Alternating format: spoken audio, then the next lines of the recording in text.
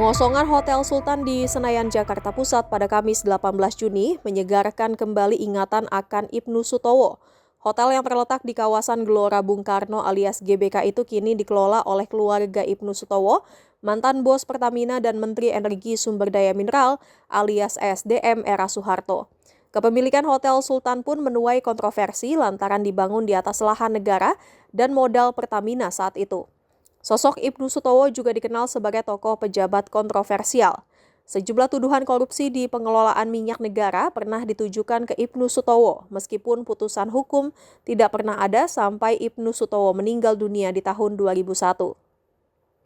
Lalu siapakah Ibnu Sutowo?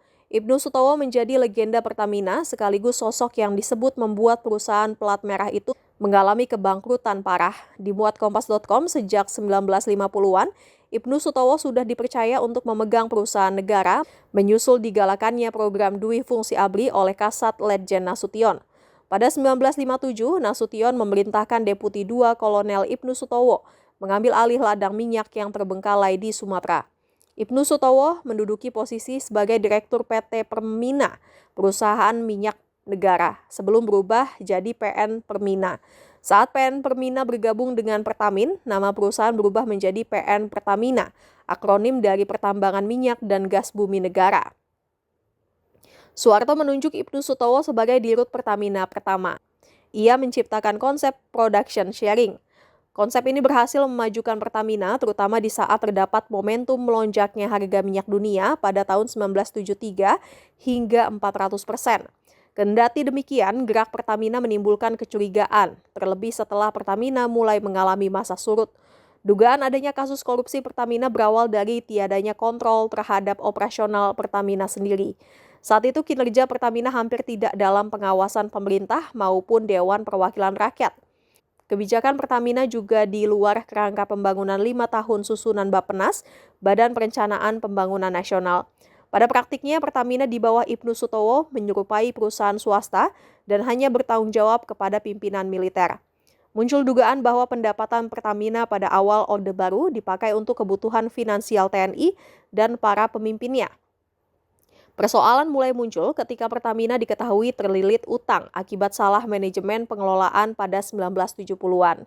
Utang Pertamina dalam jangka pendek sebesar 10,5 miliar dolar AS, jumlah yang cukup besar dibandingkan pendapatan dalam negeri selama setahun yang kurang dari 6 miliar dolar AS.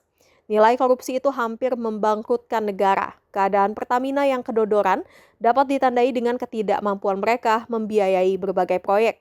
Salah satu penyebabnya adalah Ibnu Sutowo meluaskan bisnis Pertamina ke sektor lain, seperti pertanian, restoran, hingga pengadaan kapal tanker samudra. Saat skandal korupsi mulai tercium di tubuh Pertamina, Presiden Soeharto mengambil tindakan untuk mengatasi kasus tersebut. Sebuah komisi dibentuk pada tahun 1974 untuk menyelidiki dugaan korupsi di Pertamina. Komisi bernama Komisi 4 itu diisi oleh tokoh-tokoh senior yang terkenal bersih. Wilopo SH bertindak sebagai Ketua Dewan Pertimbangan Agung, dibantu Profesor Johannes, I.J. Kasimo, dan Haji Anwar Cokro Aminoto. Sementara itu, Muhammad Hatta, mantan Wakil Presiden RI, ditunjuk menjadi penasihat Komisi 4. Komisi bertugas untuk menertibkan manajemen Pertamina. Hasil penyelidikan menyebutkan bahwa terjadi penyimpangan di Pertamina. Presiden Soeharto juga memerintahkan Pertamina menjual sebagian aset untuk menyelamatkan perusahaan.